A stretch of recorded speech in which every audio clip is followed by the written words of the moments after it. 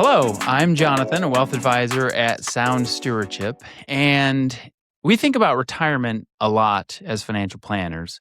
A great retirement, however, is more than just having a solid financial plan in place. So today we wanted to talk about how to maintain health in retirement. And I'm excited to welcome with us Dr. Donny Dequine, founder of Freedom Physical Therapy and Training Center. And what's interesting about Dr. Dequine is not only is he a physical trainer, he also has a doctorate in physical therapy, and so combines both sides of his expertise to help those over 40 to maintain strength, mobility, and confidence as they age. So welcome, Dr. Dequine. Hey, thank you. Appreciate you for having me.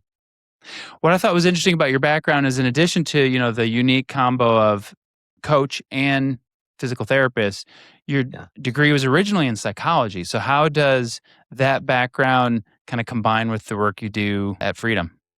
Well, of course, it was not intended to be that way. I didn't start off in undergrad thinking, all right, let's figure out how human behavior works and then go figure out how the human body works and combine it together. It just kind of formulated into that. And kind of the way anything works, you look in the rearview mirror of where you've been and you kind of see where you're headed. And that's Yeah. what has shaped Freedom into what it is today. Just this idea of humans have habits and behaviors. And when they are against exercise, let's put it that way, which most of us have that, it's really difficult to overcome. Even though that we know we need it, we know we need it. So the psychology aspect of it, understanding human behavior has really worked in the benefit of allowing for adults, specifically ones that have been in habits for a really, really long time, to come through and understand, how do I break through the habits that I have behaviorally so that physically I can achieve what I know I need to achieve. And it's been an awesome marriage that, again, I wasn't expecting when I was in undergrad, but it's worked out really, really well. That's awesome. Yeah, we see that a lot in financial planning where there might be a good plan on paper, but just because something works on a spreadsheet doesn't mean that it'll actually work, on Monday, Tuesday, Wednesday, Thursday. It has Yeah. to be a plan that is also fits with, like I said, the behavioral element of can I actually stick with it? Yeah. You need it, right? You need the financial planning, you need the fitness. But how do I actually get to the point where I choose to do it? Yeah. The reason I wanted to talk with you for this video is we really wanted to focus on all aspects of wholeness. And when we work with somebody and build a good financial plan, what's the point of having a really fully funded retirement if you can't travel, you don't feel well enough to play with your grandkids or do the activities you like, later in life?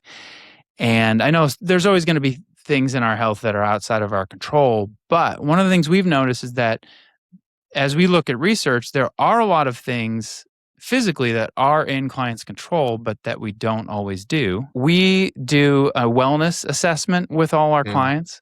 Mm-hmm. We believe financial health just fits into an overall health. So when we do this wellness assessment, we ask them about all these different aspects of their life.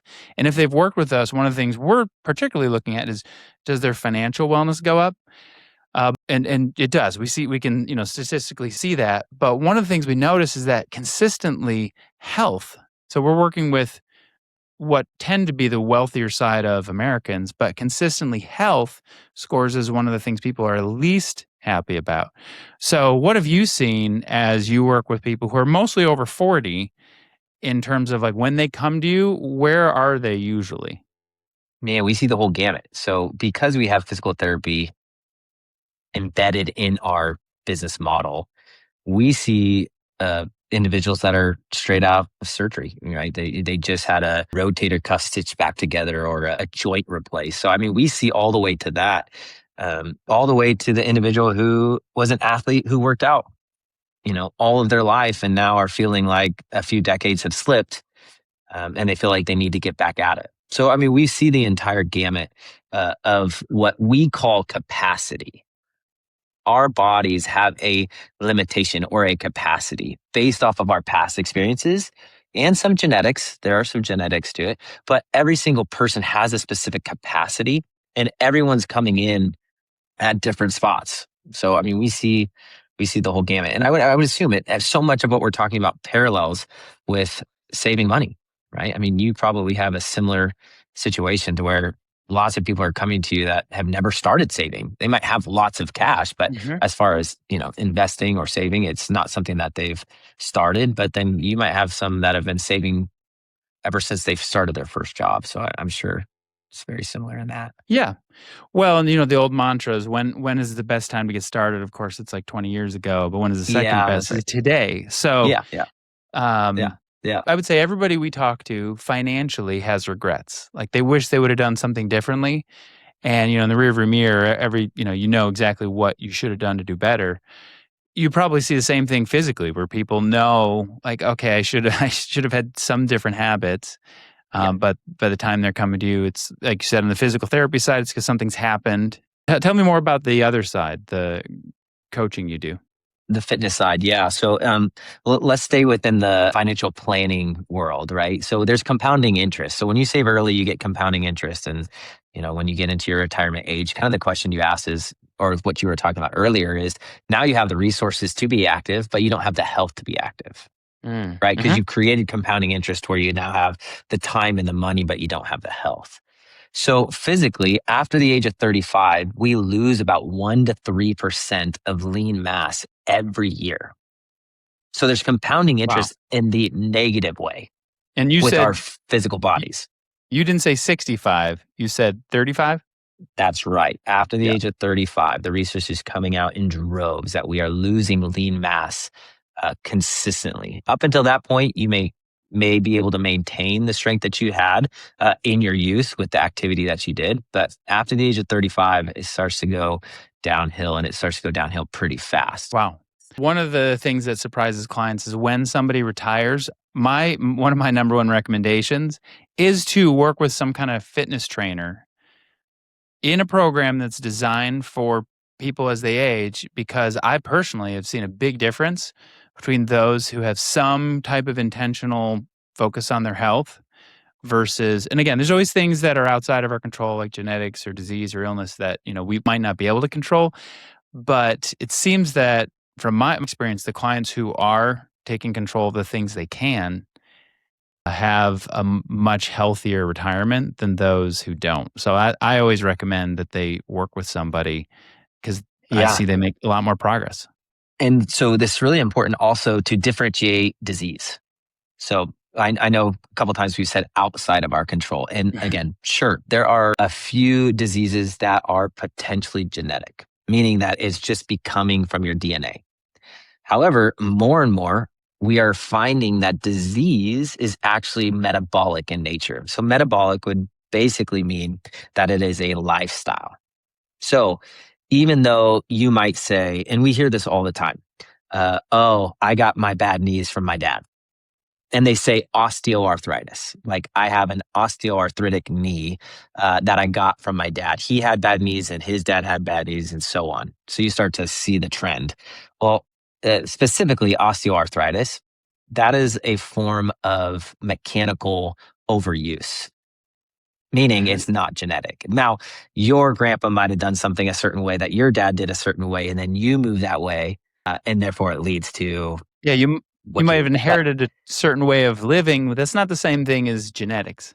you got it. That's exactly right. So actually, Mm. there's very few diseases now that are purely genetic. Meaning, if we're staying on the arthritic one, rheumatoid arthritis, that tends to be a little bit more genetic than lifestyle. Now, there are lifestyle factors that will impart how your symptoms are with rheumatoid arthritis, but that's very different than osteoarthritis. Yeah, it makes absolute sense.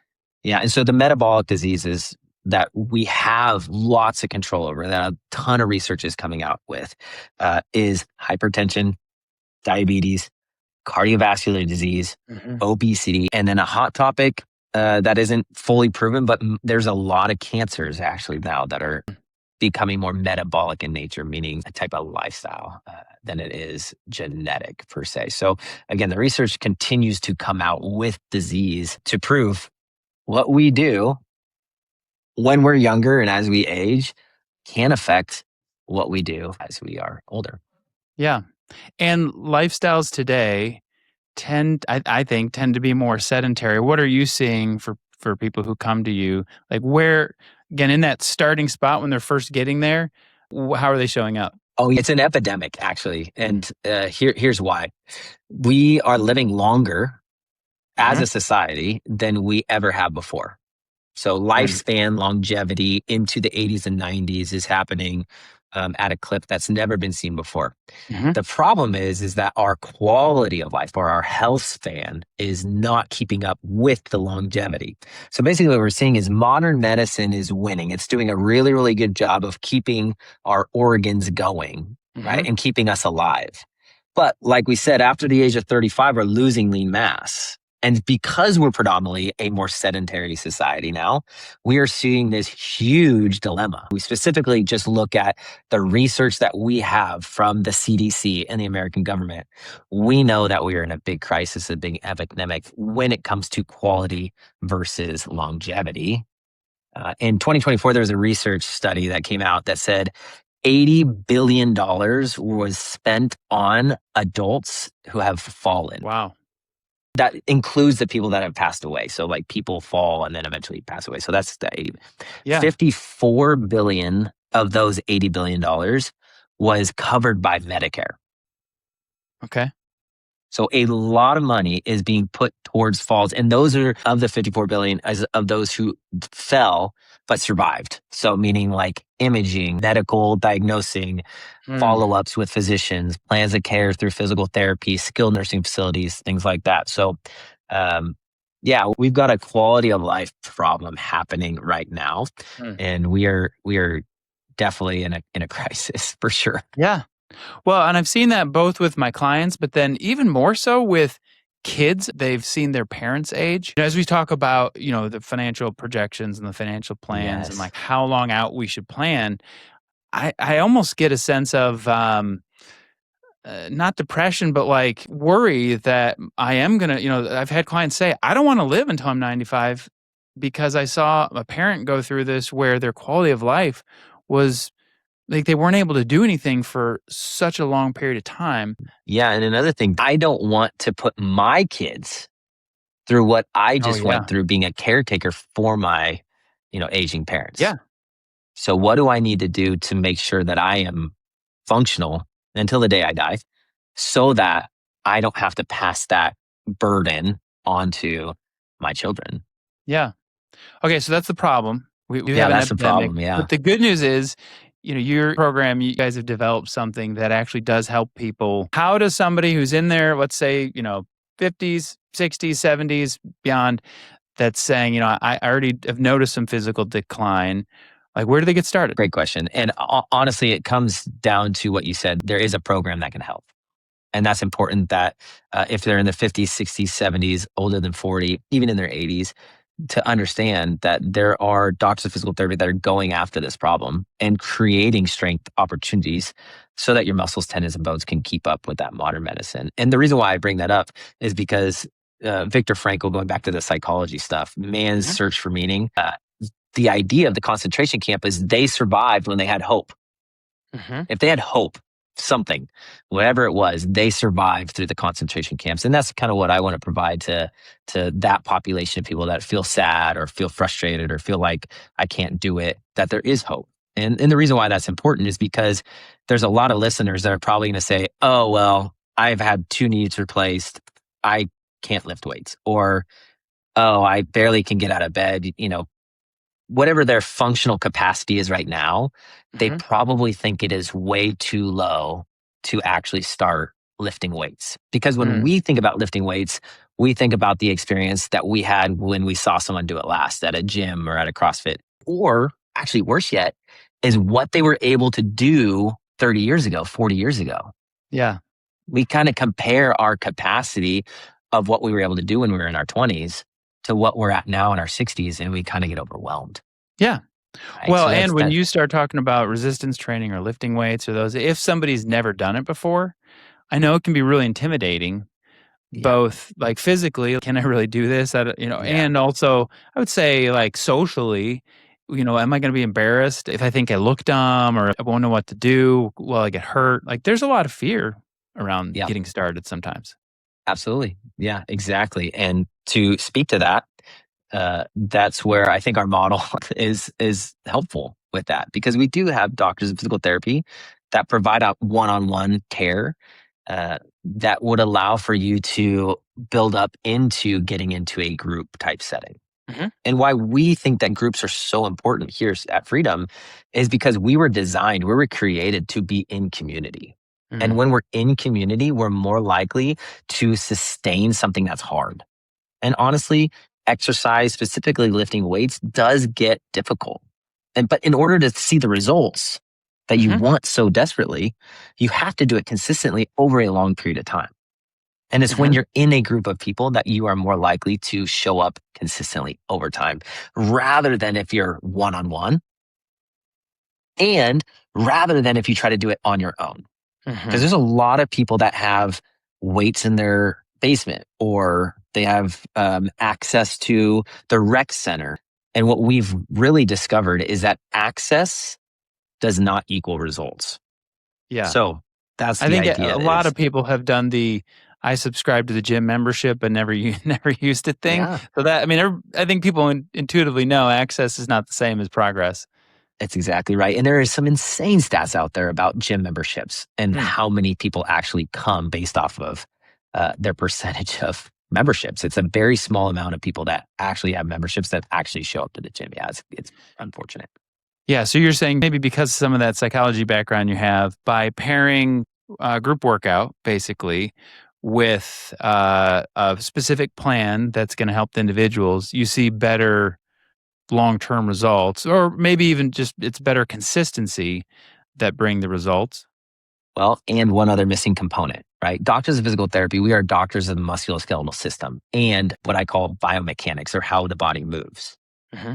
So for the individual who kind of needs, a little bit of support because they're afraid of what the group might do, physical therapy would be great for that, right? To get you started, Yeah. to get you Hmm. building up to where you could actually get the confidence to move well into the group. The other side of it too that you're kind of speaking about is, what if I just don't feel like I am capable of doing set exercises with the program, right? Because it's not Mm. only just emotionally intimidating, but physically, I just don't think I can. And Yeah. that's kind of where I'm coming at with, when we go to school to figure out how to get a muscle or a tendon or a ligament for that matter, or a joint that has been completely reconstructed, meaning it has zero capacity, you know, day one after surgery. Mm. A doctor of physical therapy, we have been trained and educated to take that muscle Hmm. and build it all the way back up to your prior level of function. So if we can do that for a non-functioning muscle to build it up, we surely have the ability to take a, you know, 20% capacity muscle and build it up not only to 100%, but up to 150%. And Yeah. so one of the things that we do is we create targets for individuals based off of their current capacity, just like we would in any other medical field, right? We Hmm. have a baseline, we build off the baseline, and then we just retest to see how you're doing based off of each of your metrics. And then slowly we just build off of your capacity, quarter after quarter after Hmm. quarter, until you hit what we call our standards. We have standards of movements that we want to see you accomplish. And then once you hit those standards, your quality of life will forever change. There's no doubt. It's impossible for it not to change. Your muscles, tendons, and bones will keep up with the longevity. And that's when you have kind of that blended marriage of, all the hope that you've been, going after. Yeah. So, Well, and I have a friend in one of your programs, and he's talked about the yeah. day where you measure yourself and see how you're doing versus your target and the standards. And so there is an element of like I get to see my progress, and I'm doing it with other people. Part of what I love about a group setting is, again, when you think of overall wholeness or wellness, Harvard did a study on longevity where it's famous for, being a really long study across decades to see like when people live a long time and have a healthy life, like what are the factors? Financial, there's a component. There is absolutely a physical component, particularly resistance training. But then the number one factor that they mentioned was how many social connections somebody has throughout a week. And the Yeah. more conversations you're able to have throughout a week, just as your normal part of your normal life, the more likely both your mental and physical health are going to last for a long time. So you're pairing a social element with the physical element. And I love that.